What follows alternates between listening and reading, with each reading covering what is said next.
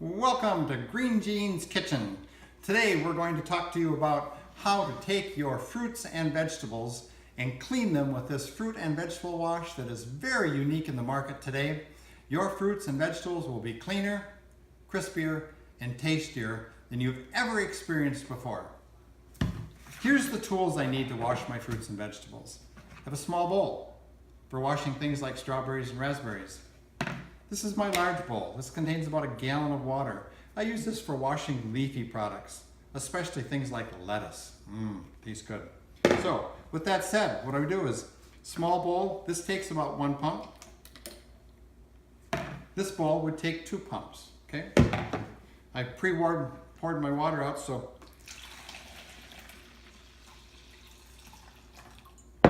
you notice on the top of the surface, you've got some foam. Think about when you wash your dishes, you should have a little foam in your water, okay? Merely dump your strawberries into that bowl. Let them sit for a couple minutes.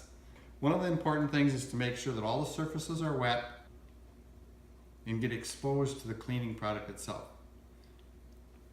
The idea behind it is to leave your produce sit in this water for a minimum of 2 minutes. Maximum, it can sit up to an hour. It could actually sit up to 5 or 6 hours. Nothing longer than 8 hours, please. Okay, we're back. The strawberries have sat for at least 2 minutes, and I'm going to drain the water off. This is the wash water. Oop, had a runaway, lost the strawberry in the process. Now we're going to go into the rinsing. And if you look at this wash water, you notice that it's quite dirty. We're going to rinse.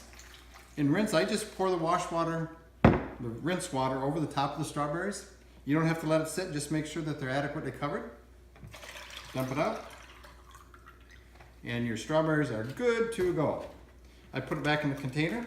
I put a little white towel on the bottom so my family all knows that this container of strawberries has been washed and they're good to eat. With all of those things that we just showed, you can see how simple that process is. A couple of things to note. This is what we call a no residue wash solution, meaning that when you wash and you rinse, all of the soapy substances get rinsed away, leaving only cleaner, crispier, and tastier produce. The taste is the way to tell. If you have hard water, it may require a little bit more. That's why I tipped the bowl up. You should see that suds in the bowl. Hard water may require a bit more washing concentrate.